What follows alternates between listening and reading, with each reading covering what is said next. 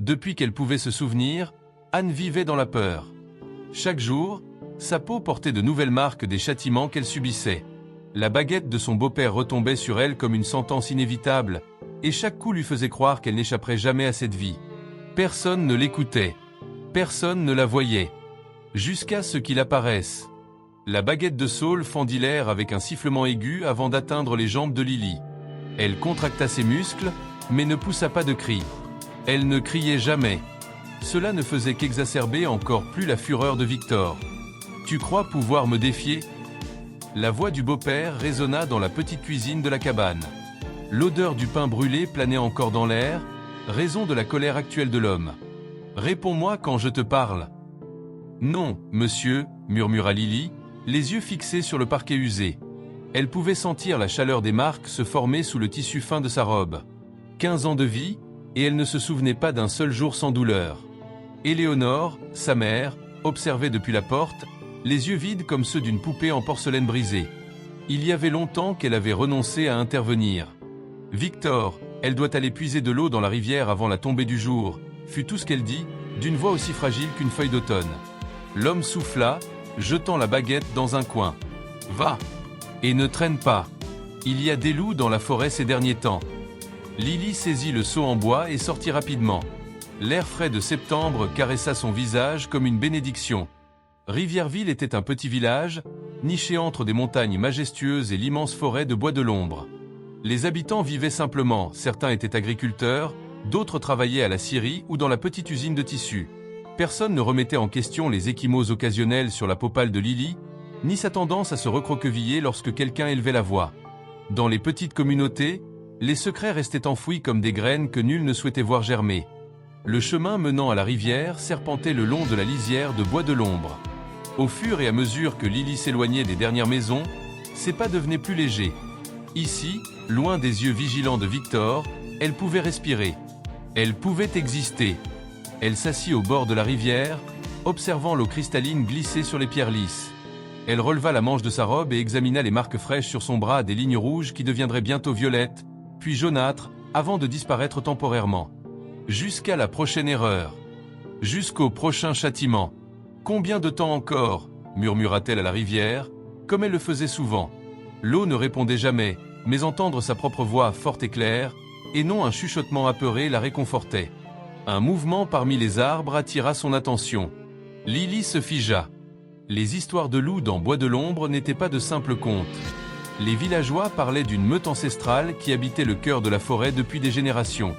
Ils étaient rarement vus, mais leur hurlement résonnait dans les montagnes lors des nuits de pleine lune. C'est alors qu'elle le vit imposant, plus grand que n'importe quel loup des légendes.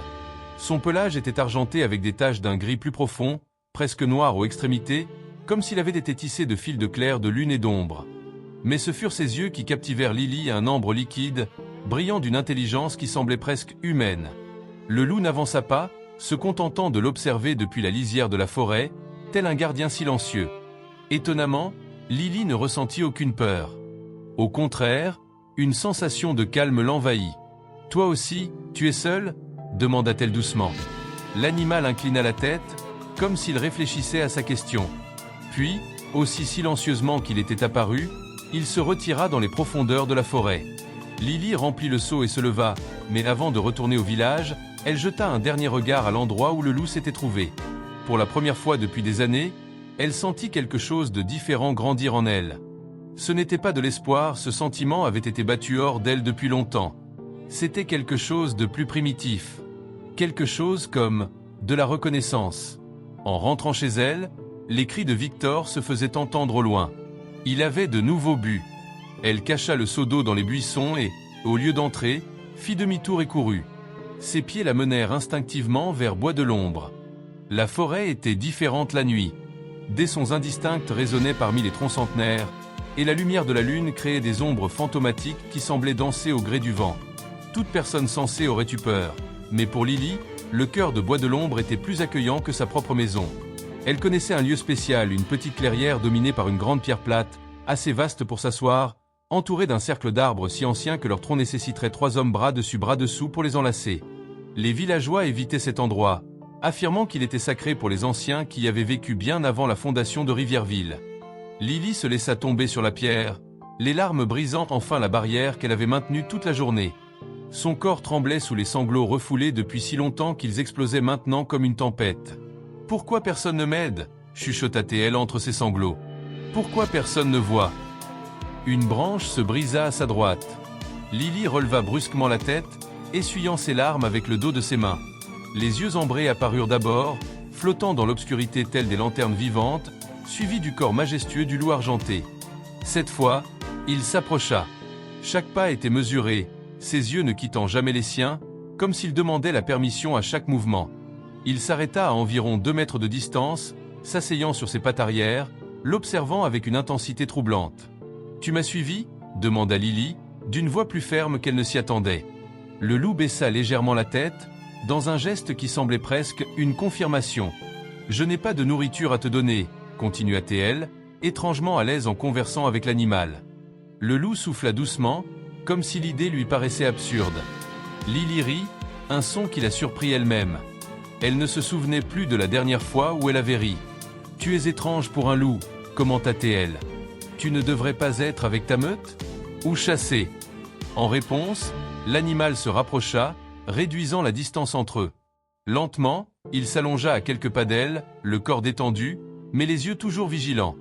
Il semblait dire « Je suis exactement là où je devrais être ». Pour une raison qu'elle ne pouvait expliquer, Lily ne ressentait pas la peur. Il y avait quelque chose de familier dans cette présence sauvage, quelque chose qui résonnait profondément en elle. « Peut-être que nous sommes toutes les deux solitaires », murmura-t-elle. Le silence de la forêt les enveloppa comme une couverture. Pour la première fois depuis des années, Lily ne se sentit pas seule. Elles restèrent ainsi pendant longtemps, la fille et le loup, chacune reconnaissant chez l'autre une douleur familière, une solitude partagée. Lorsque la lune atteignit son zénith, Lily sut qu'elle devait rentrer. Espérons que Victor serait maintenant inconscient, noyé dans son alcool. « Il faut que j'y aille », dit-elle au loup en se levant de la pierre. À sa grande surprise, l'animal se leva également et commença à marcher à ses côtés, gardant une distance respectueuse, mais l'accompagnant clairement. « Tu vas me raccompagner jusqu'à la maison ?» demanda-t-elle, incrédule. Le loup continua simplement de marcher, ses pas silencieux contrastant avec le léger craquement des feuilles sous les pieds de Lily. Arrivé à la lisière de la forêt, d'où l'on apercevait déjà les premières maisons de Rivierville, le loup s'arrêta. Lily comprit, il n'oserait pas s'aventurer plus près du village. « Merci », dit-elle, se sentant un peu ridicule de remercier un animal, mais en même temps certaine qu'il comprenait. « Je t'appellerai Ombre. Ça te va bien ?» Les yeux ambrés brillèrent en réponse, et Lily aurait juré y voir une lueur d'approbation. Alors qu'elle s'éloignait, elle sentit les yeux du loup la suivre jusqu'à ce qu'elle rentre en sécurité. D'une manière ou d'une autre, elle savait qu'il attendrait de la voir rentrer saine et sauve. Lily récupéra le seau dissimulé et entra silencieusement dans la cabane. Victor était évanoui sur la table de la cuisine, ronflant bruyamment, une bouteille vide renversée à côté de lui. Éléonore s'était retirée dans la chambre, cachant sans doute de nouvelles ecchymoses. Cette nuit-là, allongée sur son tapis dans un coin du salon, Lily rêva de forêt sans fin et courut librement aux côtés d'un loup argenté, sans marque, sans douleur, seulement le vent caressant son visage et la sensation d'appartenir enfin à quelque part. Les jours suivants établirent une routine. Le jour, Lily endurait la vie dans la cabane, accomplissant ses tâches sous le regard critique de Victor, évitant d'éveiller sa colère autant que possible.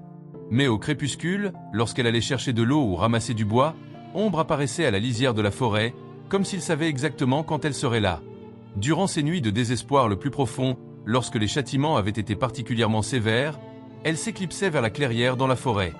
Le loup la retrouvait toujours, comme s'il pouvait sentir sa douleur. « Comment sais-tu toujours ?» demanda-t-elle une certaine nuit, alors qu'elle était assise sur la pierre, le loup couché près de ses pieds. Les étoiles brillaient intensément à travers la canopée des arbres, et l'air portait l'arôme doux du début de l'automne. Ombre se contenta de l'observer avec ses yeux insondables. Lily avait commencé à remarquer des détails à son sujet, une fine cicatrice traversant sa patte avant gauche, le motif unique de son pelage formant une marque semblable à un croissant sur son flanc, la manière dont ses oreilles se mouvaient, captant chaque son de la forêt. Poussée par une impulsion, elle tendit la main. Le loup ne recula pas. Lentement, ses doigts effleurèrent son épais pelage doux. Ombre ferma les yeux un instant, comme s'il savourait le contact. « Nous ne sommes pas si différents, toi et moi, » murmura Lily. « Nous portons tous les deux des marques. » C'est cette nuit-là que la vieille Madame Morgane la vit revenir de la forêt avec le loup à ses côtés. La vieille femme était la guérisseuse du village, une femme de petite taille aux cheveux blancs toujours tressés et aux yeux bleus perçants qui semblaient voir au-delà des apparences. Le lendemain, alors que Lily aidait à laver le linge dans le ruisseau communautaire, Madame Morgane s'approcha et s'assit sur un banc à proximité. La forêt a beaucoup d'histoires à raconter, à qui s'est écouté, commenta l'ancienne d'une voix assez basse pour que seule Lily l'entende. Le loup argenté, poursuivit Madame Morgane, t'as choisi. Lily se figea, les doigts serrant le tissu humide. Comment? Je t'ai vu hier soir. N'aie pas peur, enfant. Je ne le dirai à personne. L'ancienne déposa un petit sachet en cuir à côté de Lily. Des herbes pour tes blessures. Et ceci, elle remit un vieux livre à l'apparence usée, enveloppé dans un chiffon, appartenait à ta grand-mère. Ma grand-mère. Lily fronça les sourcils. Je ne l'ai jamais connue. Exactement. Et il y a une raison à cela. Madame Morgane se leva avec une agilité surprenante pour son âge. Lis-le quand tu seras seule. Certaines réponses se découvrent mieux dans la solitude. Avant que Lily ne puisse poser d'autres questions, l'ancienne s'éloigna, ses jupes colorées ondulant doucement à chacun de ses pas. Cette nuit-là, blottie sous sa couverture usée à la lueur d'une bougie volée, Lily ouvrit le livre. Ce n'était pas un livre ordinaire, elle s'en rendit immédiatement compte, mais un journal intime. La calligraphie était délicate et fluide, les pages jaunies par le temps. À la première page, un nom, Elara Chanteloup. Aujourd'hui, j'ai eu 17 ans et j'ai reçu le titre de gardienne de la meute, comme ma mère avant moi, et sa mère avant elle. Lily lut avidement, absorbant chaque mot. Le journal racontait l'histoire d'une lignée de femmes s'alignées qui, depuis des générations, avaient scellé un pacte avec les loups de Bois de l'Ombre. Les gardiennes de la meute, comme on les appelait, possédaient un don spécial. Elles pouvaient communiquer avec les loups, non par des mots, mais par une connexion plus profonde, un langage de sensations et d'intentions. Le loup alpha reconnaît toujours la prochaine gardienne. C'est un lien ancien, forgé lorsque nos ancêtres partageaient encore la langue des animaux. Au fil des pages, Lily découvrit que sa grand-mère avait été la dernière gardienne connue. Elle était tombée amoureuse d'un homme du village, mais lorsqu'il découvrit son don, craignant ce qu'il ne comprenait pas, il l'abandonna, emportant avec lui sa fille nouveau-née, la mère de Lily, loin de ce lieu de sorcellerie. Les dernières entrées étaient empreintes d'angoisse, relatant comment Elara avait cherché sa fille pendant des années, sans succès. Sa dernière note était une sorte de prophétie. Je sais que ma petite fille viendra. Le sang appelle le sang, et les loups trouveront la prochaine gardienne quand le moment sera venu. Elle portera notre marque, un petit croissant à la base du cou, visible uniquement sous la lumière de la pleine lune. Les mains tremblantes, Lily se précipita vers le petit miroir fissuré accroché au mur. C'était presque la pleine lune. Écartant ses cheveux, elle se retourna et jeta un regard par-dessus son épaule. Là était une marque de naissance qu'elle avait toujours cru n'être qu'une tache, mais qui, sous la lumière argentée filtrant à travers la fenêtre, prenait clairement la forme d'un croissant. La même marque que possédait Ombre sur son flanc. Tout prenait désormais sens. Pourquoi le loup l'avait trouvée? Pourquoi se sentait-elle si liée à lui? Pourquoi la forêt lui semblait-elle toujours plus être un foyer que sa propre maison? Je suis la gardienne, se murmura-t-elle, les mots semblant éveiller quelque chose de dormant en elle. Un hurlement lointain résonna dans la nuit, comme pour répondre à son appel. Dans les jours qui suivirent, Lily passa chaque moment libre qu'elle pouvait avec le journal de sa grand-mère, absorbant d'anciennes connaissances sur les herbes, les cycles lunaires et le langage silencieux des loups. Le journal contenait des rituels, des recettes et surtout, des instructions pour renforcer la connexion avec son loup gardien. Une véritable gardienne doit d'abord accepter qu'elle n'est pas seulement humaine, pas complètement sauvage, mais un pont entre deux mondes. Le soir, dans la clairière, elle s'entraînait. Assise en silence avec Ombre, elle se concentrait d'abord sur sa propre respiration, puis tentait d'harmoniser la sienne avec celle du loup. Au début, elle ne captait que des éclats, une sensation de faim, le plaisir de la chasse, la protection féroce qu'il éprouvait pour elle. Mais au fil des jours, la connexion se renforçait. Une nuit, une semaine après avoir découvert le journal, Lily ressentit quelque chose de nouveau, non seulement des sensations ou des émotions, mais des images. Des aperçus de la forêt vue à travers les yeux du loup, des souvenirs fragmentés qui ne lui appartenaient pas. « J'y arrive », murmura-t-elle, extatique. Ombre s'approcha, pressant son museau contre son front, un geste que le journal décrivait comme le signe d'une confiance profonde entre le loup et la gardienne.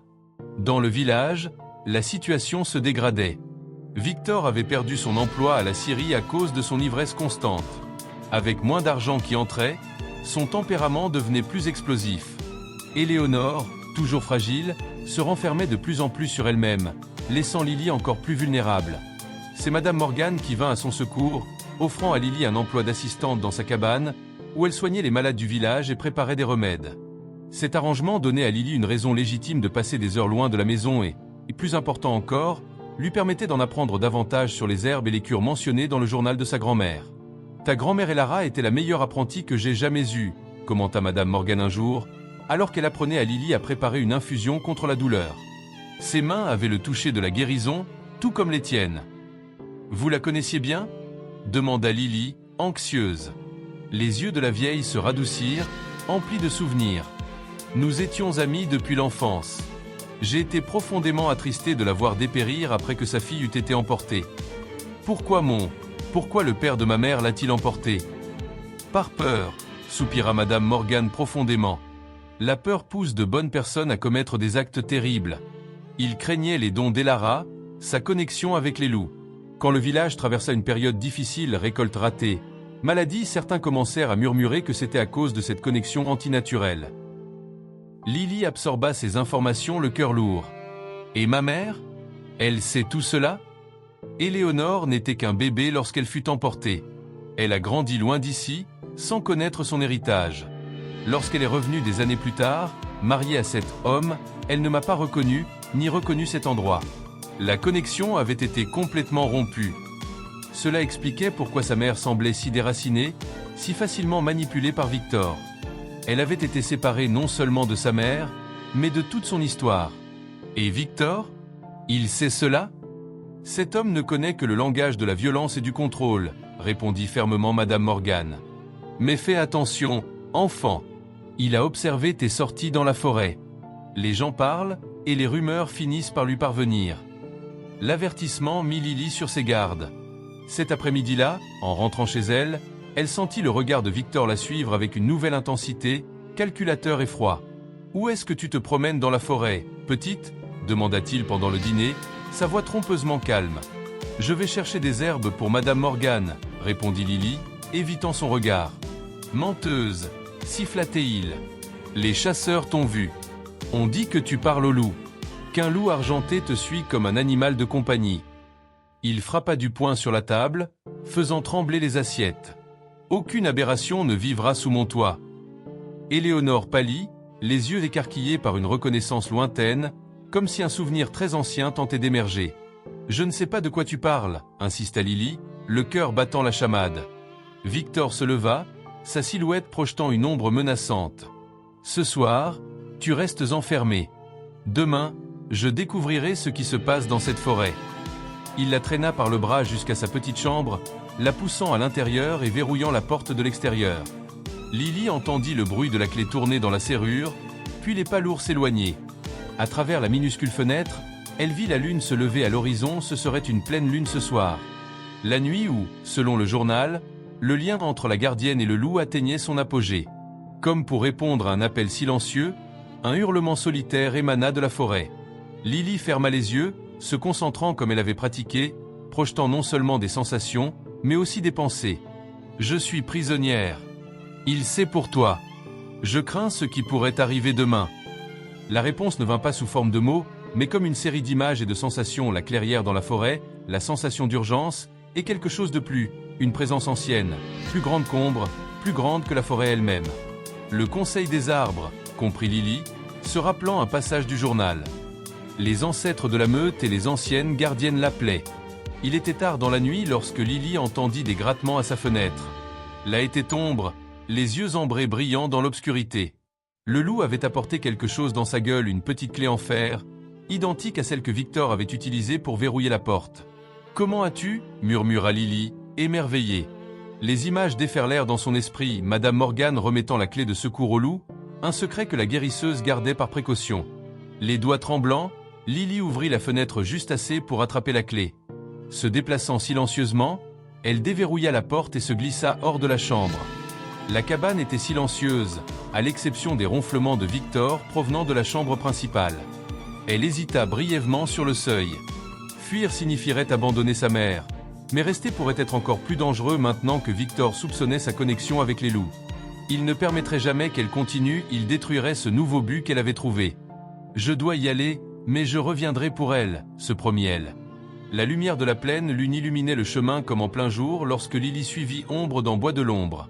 Quelque chose avait changé dans la forêt cette nuit-là, il y avait une pulsation presque tangible dans l'air, une énergie ancienne qui semblait s'éveiller à chaque pas plus profond parmi les arbres. Elles ne se rendirent pas à la clairière habituelle, mais à un lieu où Lily n'était jamais allée auparavant.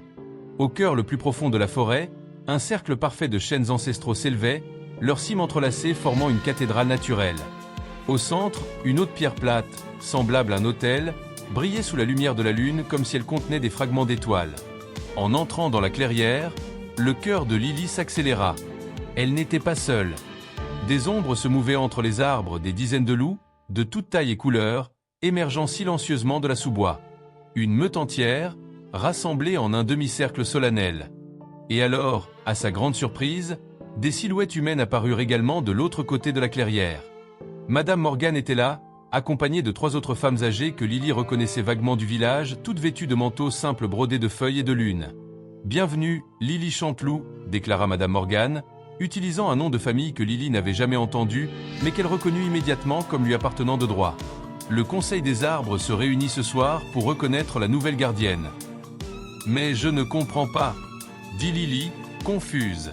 « Je pensais que les gardiennes n'étaient qu'une lignée, ma grand-mère. » « Une lignée, oui, mais soutenue par un conseil, » expliqua l'une des autres femmes. « Nous avons toujours gardé les anciens chemins secrets, attendant le retour de la véritable lignée. Lorsqu'Elara a perdu sa fille, nous avons juré de protéger la prochaine génération, lorsqu'elle reviendrait. Ta mère est revenue, mais le lien avait été rompu en elle, » continua Madame Morgan. « Mais toi, Lily, tu es née avec la marque. Et quand Ombre t'a trouvé le premier loup alpha argenté en 3 générations, nous avons su que le cercle se complétait. » Ombre s'avança, se plaçant aux côtés de Lily. Elle pouvait sentir la chaleur qui émanait de lui, une présence à la fois réconfortante et puissante. « Ce soir, » annonça Madame Morgan, « tu fais face à un choix, Lily Chanteloup. Tu peux accepter ta place en tant que gardienne, scellant le lien avec la meute et assumant la responsabilité de protéger l'équilibre entre nos mondes. Ou tu peux refuser ce chemin et retourner à la vie que tu connaissais. » La femme âgée du groupe fit un pas en avant, offrant un petit flacon contenant un liquide argenté. « Voici l'élixir de la lune, préparé uniquement lors de nuits comme celle-ci. Si tu le bois, ton lien avec Ombre et avec la meute sera scellé définitivement. Tu partageras des pensées plus profondes, verras à travers leurs yeux quand il le faudra, sentiras ce qu'ils ressentent. »« Et si je refuse ?» demanda Lily, bien qu'elle sache déjà dans son cœur quelle serait sa décision.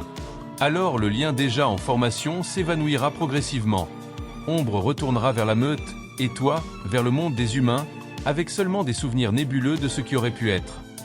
Lily regarda le loup à ses côtés. Au cours des semaines passées ensemble, il avait montré plus de loyauté et de compréhension que n'importe quel humain durant toute sa vie. À travers lui, elle avait découvert une force qu'elle ignorait posséder, une connexion avec quelque chose de plus grand qu'elle-même. Mais accepter signifierait s'engager sur une voie inconnue, peut-être dangereuse. Victor n'accepterait pas facilement son choix. Et sa mère? Comme s'il lisait ses pensées, Madame Morgan parla doucement. « Ta mère peut encore être atteinte, Lily. Le sang des gardiennes coule faiblement, mais il coule encore en elle. Avec le temps et de la patience, nous pourrons l'aider à s'éveiller à sa propre force. » Lily s'avança vers la pierre centrale, le flacon argenté brillant sous la lumière de la lune. Elle était sur le point de prendre sa décision lorsqu'un fracas de branches brisées perturba la réunion solennelle. Victor tituba dans la clairière, le visage déformé par la colère, une hache de bûcheron à la main. « Alors c'est ça » grogna-t-il, ses yeux injectés passant en revue la scène devant lui. « Sorcellerie ! Je le savais !» Derrière lui, à la grande stupéfaction de Lily, se tenait Éléonore, son visage masqué par la peur et la confusion. « Éloignez-vous de la fille !» brandit Victor la hache de manière menaçante. Les loups réagirent immédiatement, des grognements bas résonnant dans la clairière. Ombre se plaça devant Lily pour la protéger. « Victor !» intervint Madame Morgan d'une voix ferme, « tu n'as aucun pouvoir ici. Cet endroit est sacré, protégé par des forces que tu ne comprends pas. »« Des forces ?» se moqua-t-il. « Je ne vois qu'un groupe de vieilles folles et d'animaux sauvages. » Il désigna Éléonore. « Dites-leur ce qui arrive à ceux qui se mêlent à ces créatures. » Éléonore trembla, ses yeux errant dans la clairière, jusqu'à ce qu'il se pose sur la pierre centrale. Quelque chose sembla s'éveiller dans son regard, un souvenir très ancien, peut-être. « Maman » appela Lily en tendant la main. « Tu te souviens? C'est aussi ton héritage. » Éléonore fit un pas hésitant vers l'avant, ses yeux fixés sur la pierre. « J'ai rêvé de cet endroit, » murmura-t-elle. « Pendant des années, j'ai rêvé. » « Arrête ces folies !» s'avança Victor, attrapant Éléonore par le bras avec une force laissant des marques. « On ramène la fille à la maison, maintenant !» C'est à ce moment précis que quelque chose d'extraordinaire se produisit. Éléonore se tourna vers Victor, et pour la première fois depuis que Lily pouvait se souvenir, sa mère se redressa avec toute la dignité qui lui était due, ses yeux soudain clairs et concentrés. « Lâche-moi » dit-elle d'une voix calme mais empreinte d'une force sous-jacente qui fit reculer Victor, surpris. « Tu ne toucheras plus jamais à moi ou à ma fille. » Les loups se rassemblèrent, formant un cercle autour de Victor, non pour attaquer, mais pour lui signifier clairement qu'il était encerclé. « C'est de la folie » murmura-t-il, la peur perçant enfin sa colère. Lily vit alors sa chance. Avec des gestes mesurés, elle prit le flacon de la pierre et retira le bouchon. L'arôme qui s'en dégageait était sauvage et doux à la fois, comme la rosée du matin, des fleurs nocturnes et quelque chose d'indéfinissable, primitif. Regardant directement Victor, pour qu'il soit témoin de son choix, elle but l'élixir. L'effet fut immédiat et dévastateur. Une vague de sensations parcourut son corps, le vent dans les cimes des arbres, le pulsement de la terre sous ses pieds, les battements de cœur de chaque créature dans la clairière. Et, plus intensément, la conscience d'ombre se fondit en harmonie parfaite avec la sienne, comme deux mélodies entremêlées. Lorsque Lily rouvrit les yeux, tous dans la clairière reculèrent, y compris Victor. Elle savait, sans avoir besoin d'un miroir, que ses yeux brillaient désormais de la même intensité ambrée que ceux d'ombre. « Le lien est scellé », annonça Madame Morgan, sa voix résonnant d'une solennité ancienne. Lily Chanteloup est désormais la gardienne de la meute. Victor, réalisant qu'il avait perdu tout pouvoir qu'il croyait posséder, laissa tomber sa hache. « Vous êtes tous fous », murmura-t-il en reculant. « Restez avec elle. Restez avec vous deux. Je ne veux plus rien avoir à faire avec tout ça. » Sans un mot de plus, il se retourna et s'enfuit dans la forêt, ses pas maladroits s'évanouissant progressivement. Éléonore resta là, des larmes silencieuses coulant sur son visage. « Je suis désolée, » murmura-t-elle à Lily. « Je suis désolée d'avoir oublié, d'avoir permis. » Lily s'approcha de sa mère, prenant ses mains dans les siennes. « Ce n'est pas de ta faute. Tu as aussi été une victime. Mais maintenant, nous pouvons recommencer, ensemble. » Madame Morgan s'avança vers Éléonore, posant délicatement un collier orné d'un petit cristal autour de son cou. « Cela t'aidera à retrouver tes souvenirs, à renouer avec tes dons. Ce sera un processus lent, mais nous sommes là pour te guider. » Ombre s'approcha, posant son museau sur la main d'Éléonore en un geste d'acceptation. Pendant un bref instant, la peur brilla dans ses yeux, avant de se transformer en émerveillement lorsque le loup s'assit patiemment, lui permettant de lui toucher la tête. « Bienvenue à nouveau, fille d'Elara », déclara l'une des femmes du conseil. Lorsque la lune commença à descendre à l'horizon, le conseil des arbres conclut la cérémonie. Les femmes âgées se retirèrent, et les loups se dispersèrent silencieusement dans la forêt, jusqu'à ce qu'il ne reste que Lily, Éléonore, Madame Morgan et Ombre dans la clairière. « Et maintenant » demanda Lily, se sentant à la fois épuisée et vibrante d'une nouvelle énergie. « Maintenant » répondit Madame Morgan avec un sourire, « tu commences ton véritable entraînement en tant que gardienne. Et ta mère entame son chemin de guérison. La route à venir ne sera pas facile, mais vous n'êtes plus seul. » Ombre hurla doucement. Un son qui résonna parmi les arbres et trouva écho dans les hurlements lointains de la meute, une promesse, un serment, une célébration. L'hiver était arrivé à Rivierville, recouvrant le village et la forêt de bois de l'ombre d'un manteau blanc immaculé. 3 mois s'étaient écoulés depuis la nuit de la pleine lune, et beaucoup de choses avaient changé. Lily et Éléonore vivaient désormais dans l'ancienne cabane d'Elara, restaurée par le conseil.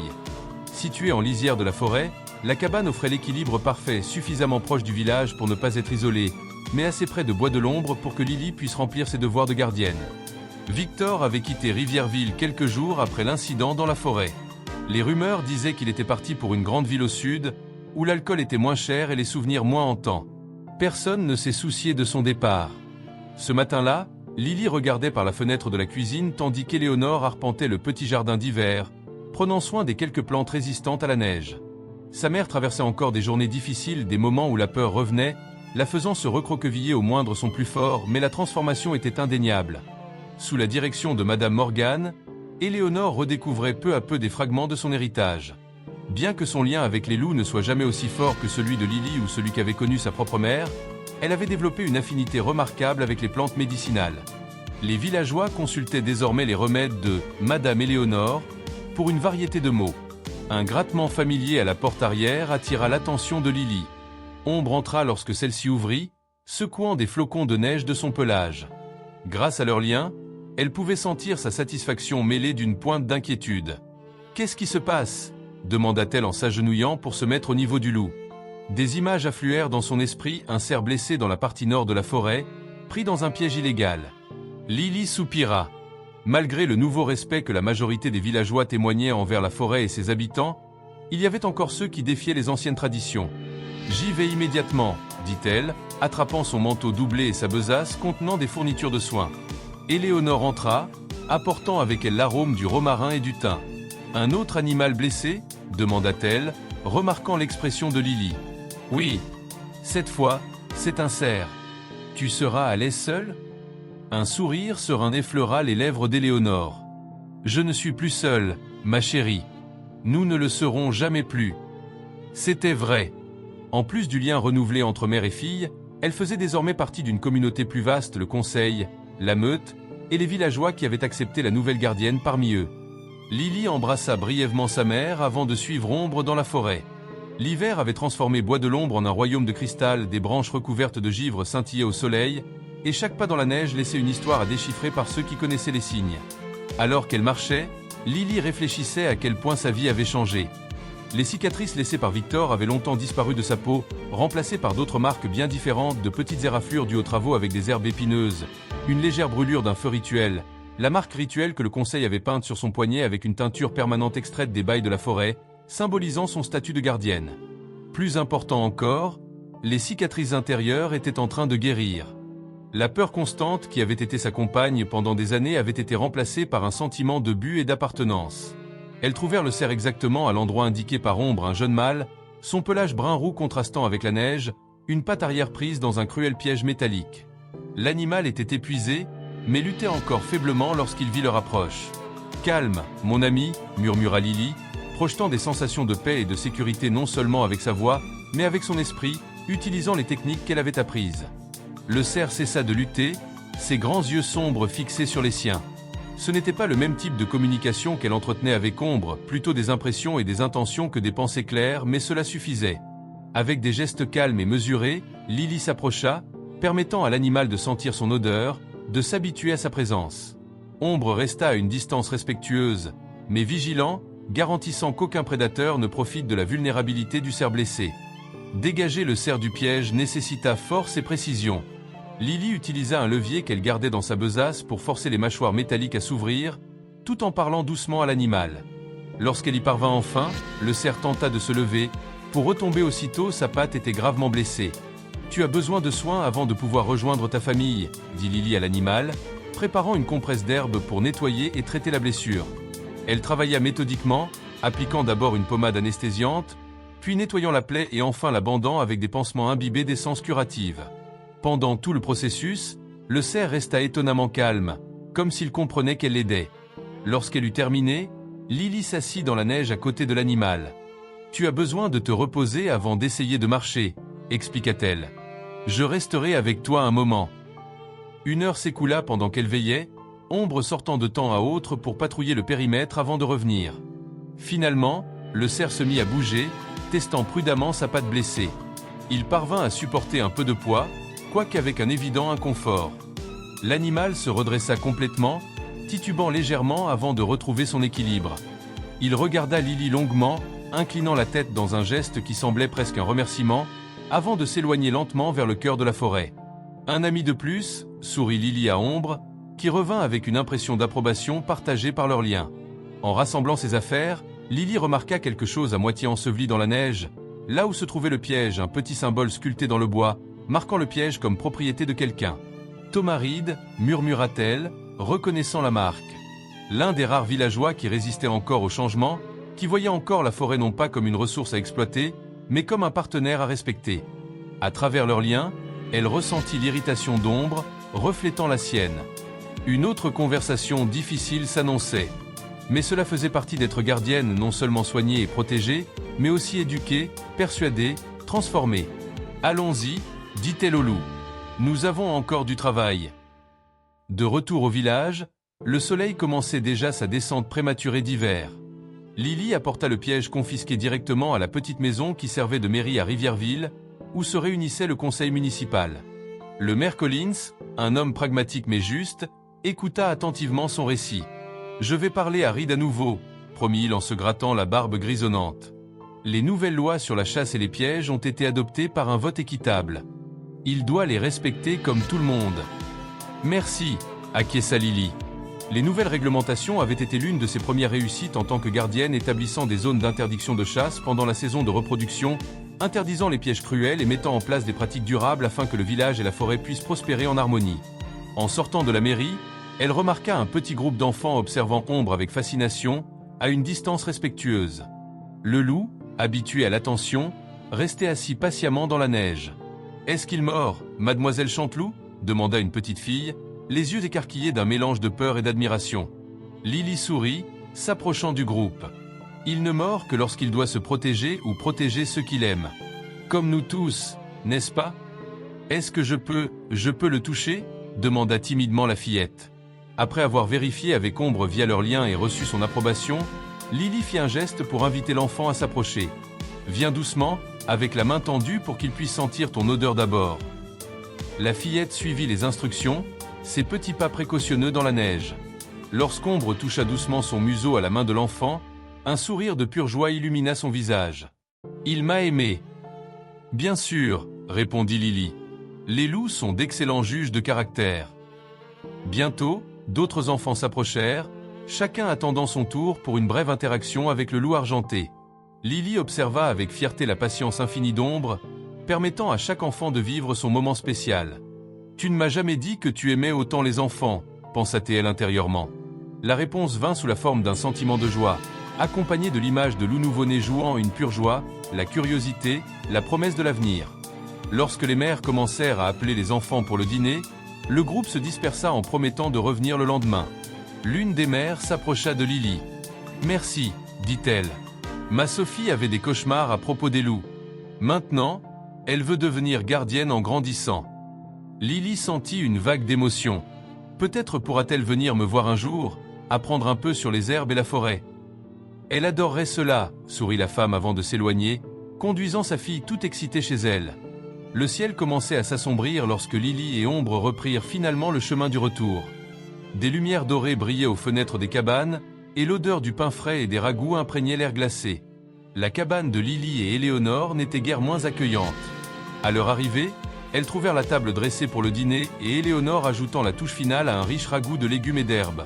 « Juste à temps, » sourit sa mère. « Madame Morgan et quelques membres du conseil viendront plus tard. Ce soir, il y a une nouvelle lune. » Lily hocha la tête, ressentant l'énergie particulière qui accompagnait toujours le cycle lunaire. Chaque phase de la lune apportait des responsabilités et des rituels différents pour une gardienne. Au dîner, Lily raconta à Éléonore l'histoire du cerf et des enfants du village. Sa mère écoutait attentivement, ses yeux brillants d'une fierté silencieuse. « Ta grand-mère aurait été si fière, » murmura Éléonore doucement. « Je suis si fière. » Après avoir aidé à nettoyer la cuisine, Lily se retira dans sa chambre pour se préparer au rituel de la nuit.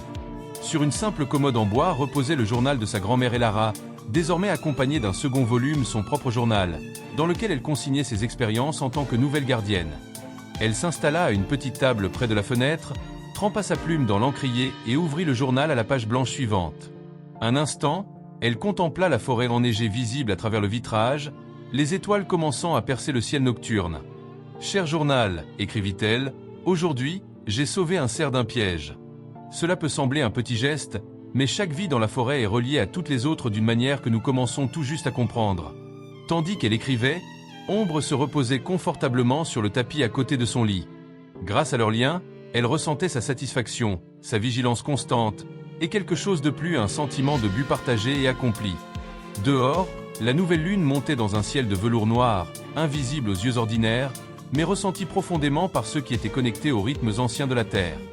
Une nouvelle lune, un nouveau cycle, un nouveau commencement. Pour une fille qui avait autrefois cru qu'elle n'échapperait jamais aux ombres de la douleur et de la peur, le monde s'ouvrait désormais sur des possibilités infinies. Les marques de son passé n'avaient pas complètement disparu, certaines cicatrices, tant physiques qu'émotionnelles, resteraient toujours avec elle. Mais elles faisaient maintenant partie de son histoire, et n'étaient plus les fers qui la retenaient prisonnière. Lily referma le journal et se leva, se préparant pour le rituel qui célébrerait l'obscurité avant la lumière, le vide qui précède la création. Ce soir, avec le Conseil et Ombre à ses côtés, elle renouvellerait son engagement en tant que pont entre deux mondes plus victimes, mais protectrices, plus perdues, mais guides, plus brisées, mais guéries et, à son tour, guérisseuse. Baissée les yeux vers Ombre, elle vit en lui sa propre force nouvellement découverte, sauvage, indomptable et profondément compatissante. « On y va ?» demanda-t-elle, bien qu'elle n'eût pas besoin de mots. Le loup se leva dans un mouvement fluide et ensemble, la gardienne et son compagnon s'enhalèrent dans la nuit d'hiver, deux âmes liées non par la peur ou la domination, mais par un choix mutuel et un respect profond, guidant les autres vers un avenir où humain et nature pourraient de nouveau vivre en harmonie. Les cicatrices resteraient, mais désormais elles raconteraient une histoire différente, non de souffrance, mais de survie, non de fragilité, mais de force, non d'isolement, mais de connexion. Et cette histoire, tout comme la forêt elle-même, continuerait de croître, de changer et d'inspirer pour les générations à venir.